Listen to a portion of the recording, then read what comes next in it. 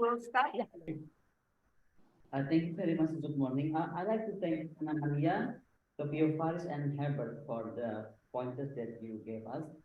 For Ana Maria, I think we agree that G20 is very relevant today because the outcome of the summit, the CERCLA agreed after 6 rounds of talks, offers 17 days of negotiations, include 52 paragraphs.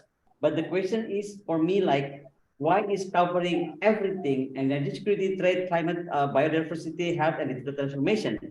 But do not question, again, do not question the hope that makes the Article 5 of NATO almost done by NATO after the fake bombs sent to Poland.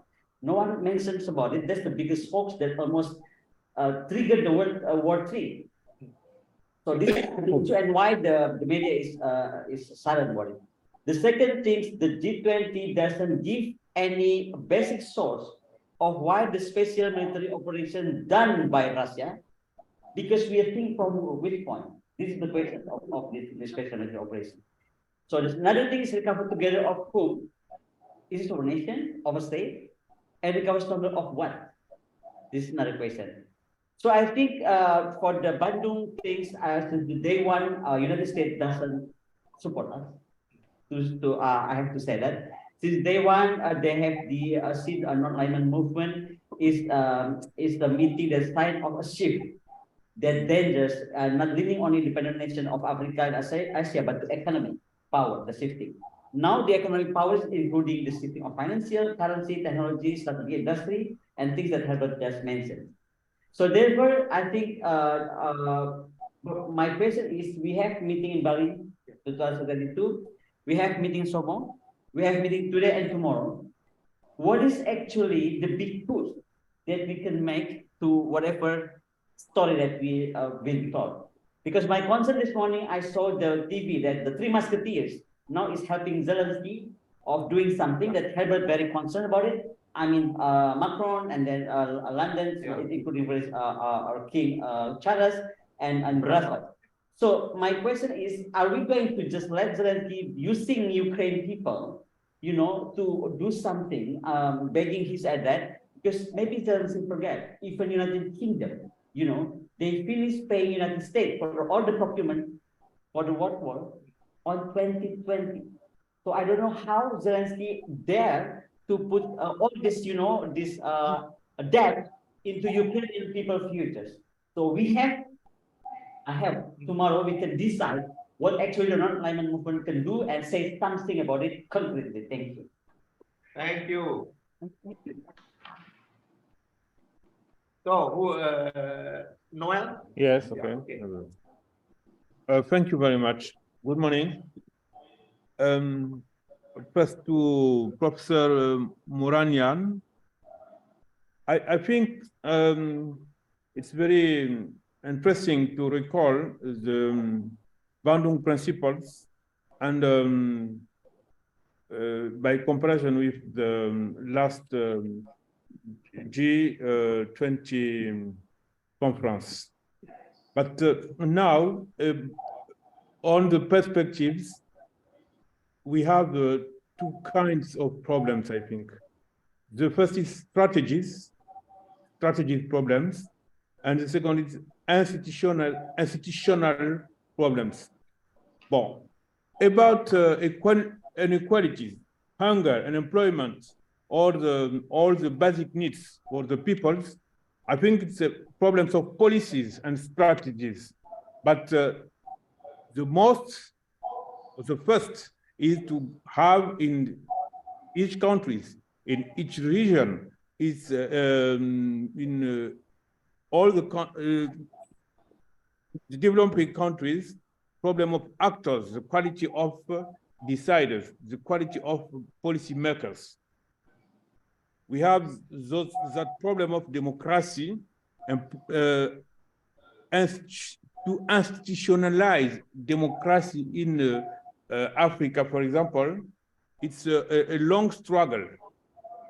Now, all the experience we have got since the Berlin meeting fall, the Berlin wall fall, the Berlin wall fall, yes, right? And the liberation of Mandela, all that experience is now has felt. Mo Ibrahim Institute publishes every year a report on democracy in Africa. And now the tendency is pessimistic. So we have that problem. The political system as a democratic system, so that what the people need, democratic system, the people. But how to choose the good policymakers, the good leaders, how to institutionalize an efficient political system, a democratic one. No lobbies. No lobbies, yes. No lobbies. No Very lobbies. simple. Yeah, that's but also no corruption. That's the same. Yes. Basically. Okay. Yeah. Bon. To Anna Maria, I want to ask a question about value of money. I think you are economist and Milton Friedman, Milton Friedman University. Yes. Oh, Yes. I didn't choose this name. Sorry for that name. Yes, no, I know. Okay, yes, but that's the name of the university. So I think that in that I'm economist, you know. That I think that in your university there are some laboratories on money, studying money. I think now we have about international monetary system many problems now. One of the consequences of the war, Ukraine war, is that many transactions are done in dollar with Russia and many other countries. That means some problems for dollar, many problems from the world system, and the possibilities of alternatives, and how to find new perspective, new alternatives. Marco told yesterday about what BRICS are trying to shape. And we know that President Lula is one of his first action had been to go and try with Argentina to create a new reference money. Those are news. That was the news about what could happen in the international monetary system. I've also a question to Professor Tapio about transforming education. You know, UNESCO had organized a great conference for the next 10 years, transforming education. And one of the bases will be e-learning. But we have that problem of infrastructure on e-learning. It will be the prominent modalities in teaching e-learning, but inequalities are also very important in that system. Yes. Okay. Okay. Well, it's very short. Okay, now Bon, Marco. that we're okay. Beatrice is next time. Now anyway, in this afternoon we will. Yeah, we can. Okay. Thank you. Okay, merci. Yeah. Marco, okay. Running out. So Marco, yeah. Allora, the most important stimulus for me it is coming from some speakers. The first element is concerning what Tapio Baris and say, and I'm very glad to see him visually.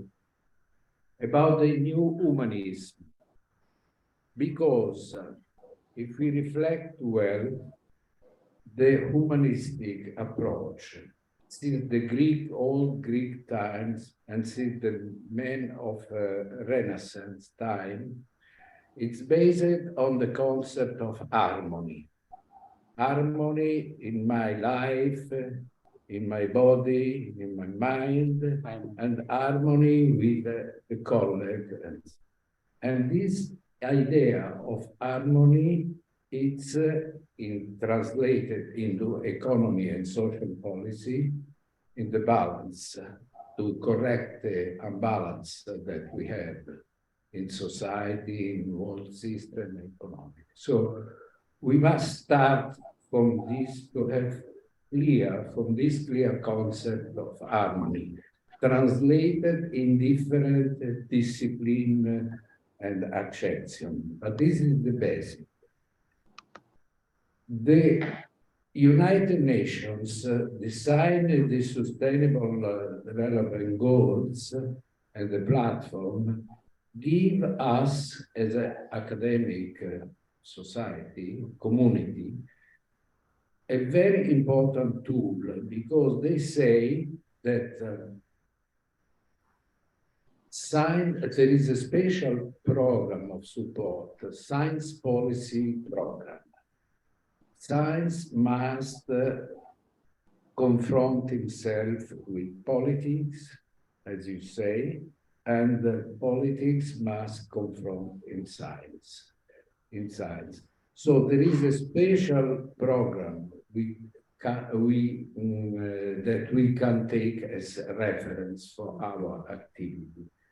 And second element, it's that the United Nations organize a special digital platform to guide all the intervention in different sectors for sustainable intervention in economy, intervention in environment, intervention in education, and so forth. So we have at disposal in this moment a common platform organized with a consensus of all the states that can use to develop what is called universal planning. The idea of Veduta. Yeah. Veduta came here 2-3 years ago to say we must organize a common development platform to drive, to plan the development in the sense of harmony.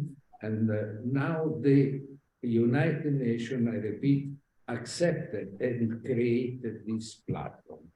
So if we connect our initiative for Bandung Alliance, for different G20 and different BRICS scenario and so on, to this type of initiative promoted by the United Nations for Sustainable Development, we can do a great service as an academic economy.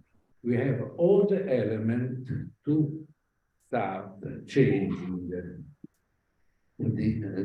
this very limited approach. These are the most important stimuli I received this morning. But let's start to clarify the concept, the basic concept of harmony as a point of reference. And take in mind, and I conclude, that many economists, also very liberalistic economists, William Röpke, for instance, and so on, they always say the solution of the market are not in the market, but outside. Thank you. Now, colleagues, if you want to have some 1 minute. Yeah, 1 minute. I just want to raise from what Noel and the macro harmony things. Okay, my point is very simple. If we are talking about now, non-alignment movement, it's one very, very basic concept is no one left behind.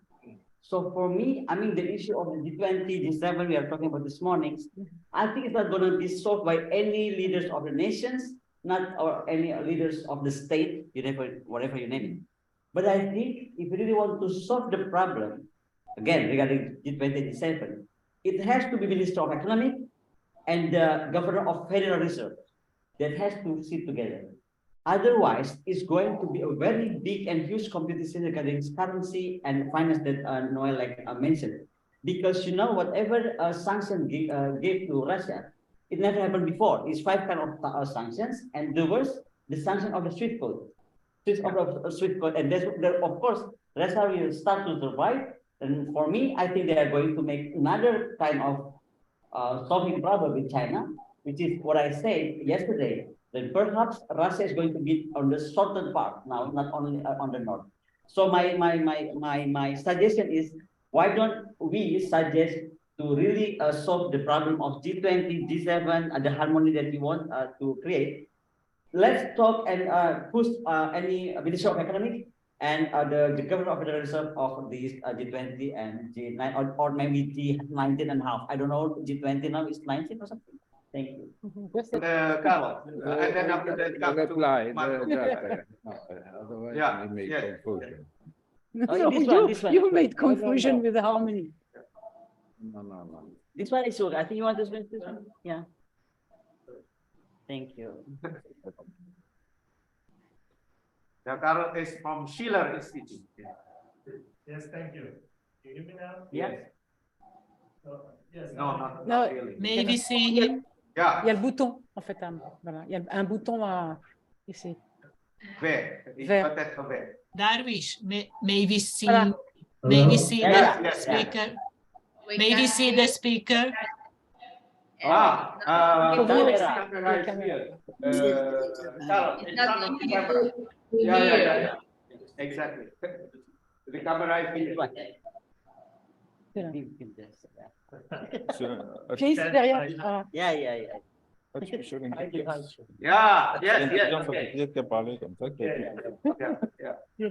Thank you, that's good. And I collaborated at the Schiller Institute. Yesterday, we had Havre, who came from Germany to Paris to speak.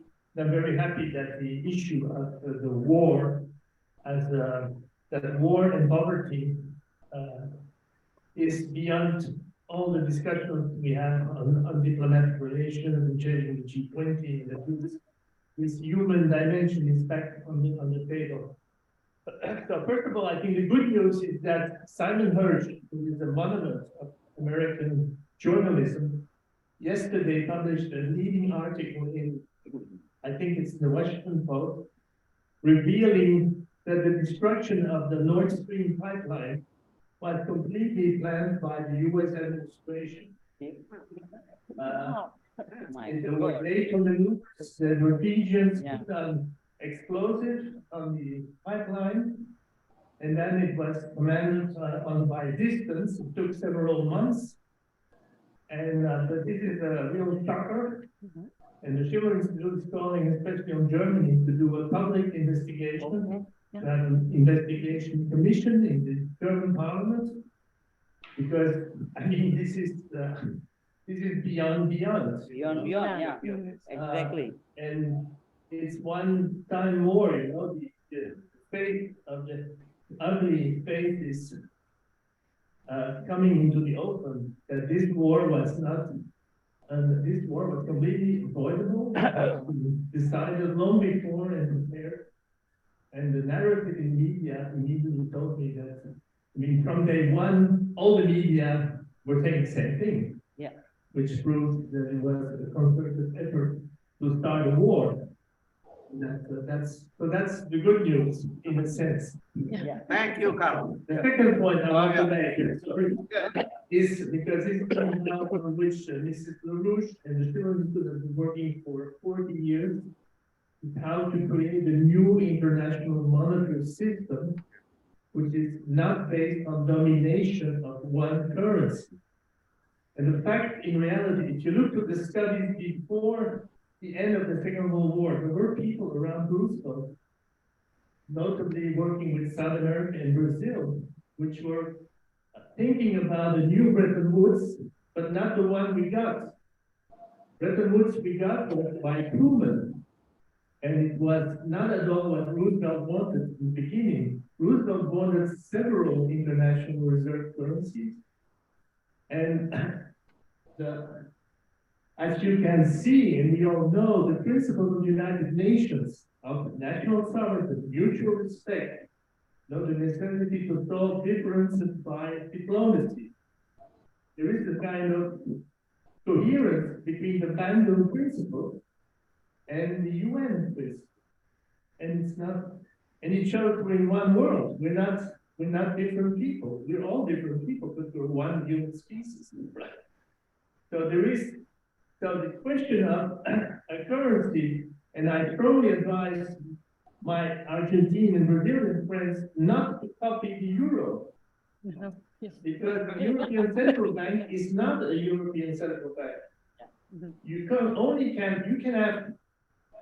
have a currency, you can have a state without a currency, but you can't have a currency without a state, because the lender of last resort is the commitment of a government and a nation to back up a currency.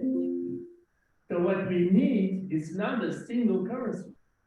What we need is a reference unit, which can be based on commodities, it can be based on certain exchanges. And on this basis, we can trade. So before having a currency, you need to trade, and that's why the Belt and Road Initiative is so important. Because, for example, once the sanctions started on Russia, Russia never refused to sell oil and gas to anybody. They just said you pay in rubles, right? I mean, we're doing an embargo against ourselves. The Russians are not doing embargoes. They say you want to buy my stuff, pay my currency. So, for example, India wanted to buy cement in Russia. The Russians said you have to pay in rubles. And the Indians said, we don't have rubles. So the Indians went to China to see their Chinese bankers. And the Chinese bankers said, give us your ruble, we give you renminbi, we give you yuan. And the Russians accept yuan. The Russians said 20 countries can pay in yuan, right? So before having a currency or an agreement on currencies, you first have mutual exchange by close countries. But time running out. We can in the second session. In Brazil and Argentina have vast mutual exchange in this development. Then at one point they can have the main account unit. If India, Russia, and China deepen their mutual trade, they can have a mutual account unit. And then we're having the foundations, what can in the second term become a new Bretton Woods. Not the old one, but something which is in harmony with the banding spirit. Thank you. Thank you. But Marco, one word, Marco.